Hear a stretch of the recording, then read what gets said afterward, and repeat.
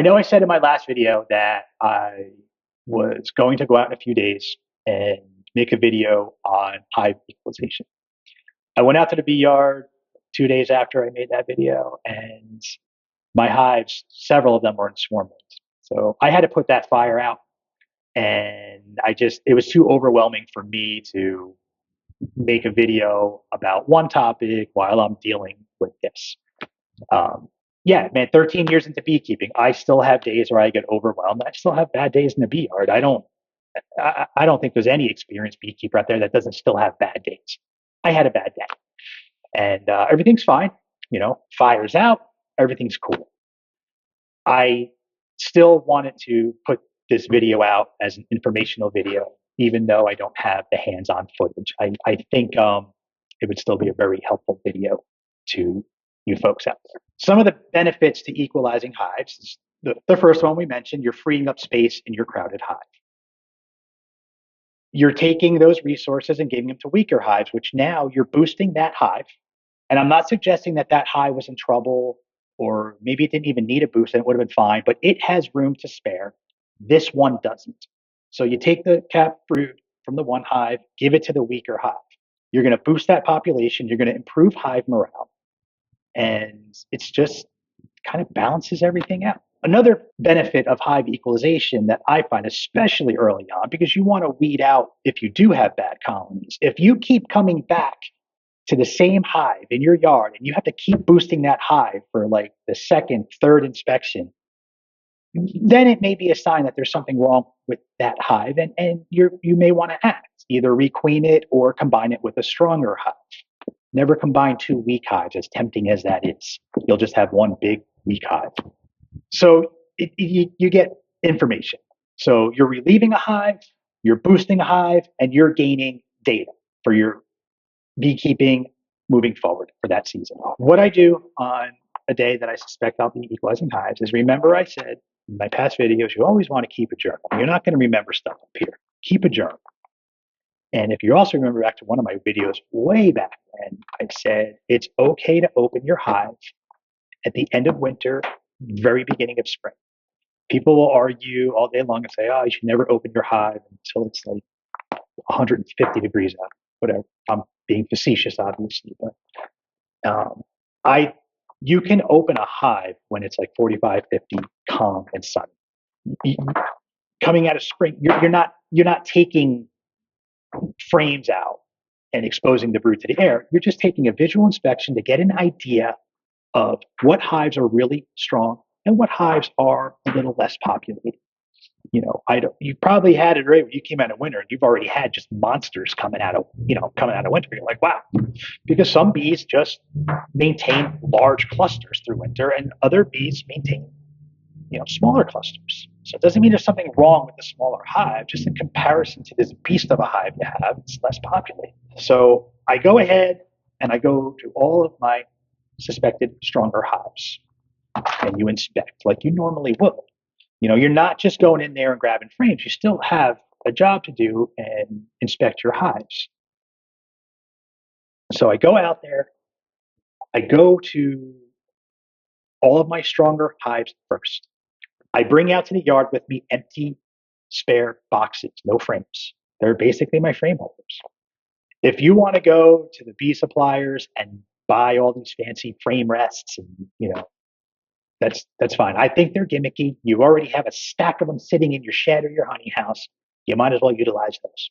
So bring empty boxes out to the bee yard. I like to bring at least a 10-frame empty box and 2 5-frame nukes. Go to your first strong hive. The first thing you have to do is find and isolate your queen.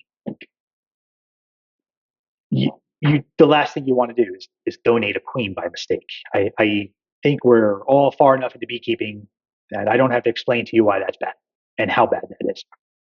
So find and isolate your queen.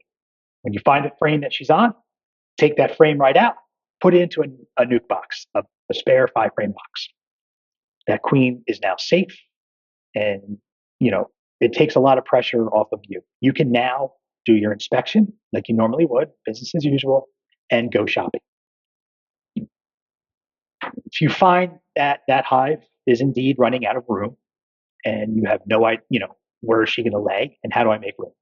Start harvesting out some capped brood frames with nurse bees and all. Whenever you're going to boost a colony from a strong colony, give them the nurse bees as well. They're not going to fight.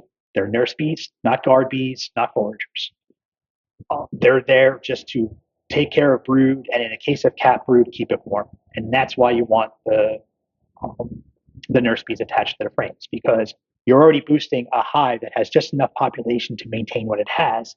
Now you're going to add a frame of capped brood, so you need that, those nurse bees to keep that brood warm. Finish your inspection. Make sure you've already made sure the queen is laying. You obviously have a queen because you found her nicely. Close up the hive. Put your queen back. Put your inner cover on. Put your outer cover on, but upside down.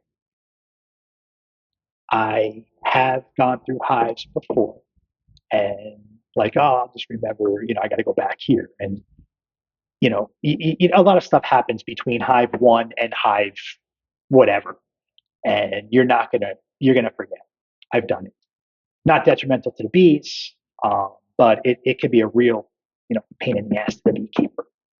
It'll be a mess your next inspection because they're going to fill in all of those gaps that you left with drawn comb. Once you inspect all of your strong hives and you've harvested out your frames of capped brood along with the nurse bees, and your hives, the strong hives, are all closed up with flipped over outer covers, move on to your weaker hives. Go in there, inspect your hives, and make sure you have, open larvae, some eggs, they have all the stores they need, they got pollen. The only thing is they're just a little smaller population, and now you're going to give them a boost. Find empty drawn comb frames, obviously, because that's the ideal thing to give back to the stronger hive to give her room to lay. And take those out, replace them with the frames of capped brood with nurse bees. Close that hive up, you're done. Move on to the next one. By the time you're done with all your weak hives, you now will have, instead of a empty hive box full of capped brood, you're going to have an empty hive box full of empty drawn comb. Go back to your strong hives, take all those lids off, and replace all those frames. You've just given that hive and that queen room to lay. You've relieved the swarm tendency. You've relieved all of that overhead pressure, and you've opened up the brood nest. Your weak hives got boosted. You've increased their population with all that capped brood with those nurse bees. And that may actually, even if that hive was a little, lacking and wasn't performing well, and it wasn't just a smaller cluster, a lot of times just boosting the hive morale, and I believe that there is a hive morale.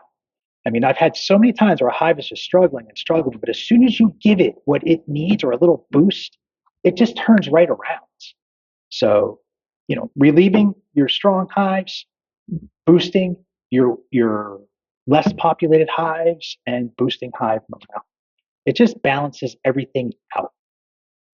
And that should make getting into the main swarm season a little bit easier. This is not the end all cure all to swarming. It's just the first stage in your swarm prevention plan. The next phase would be making splits or pulling nukes off of hives, and that's going to be a video coming up. When I'm not chaotic out there dealing with a mess and unpleasant surprises, I will make a video of me doing a split and how I do that and why I do it the way I do it.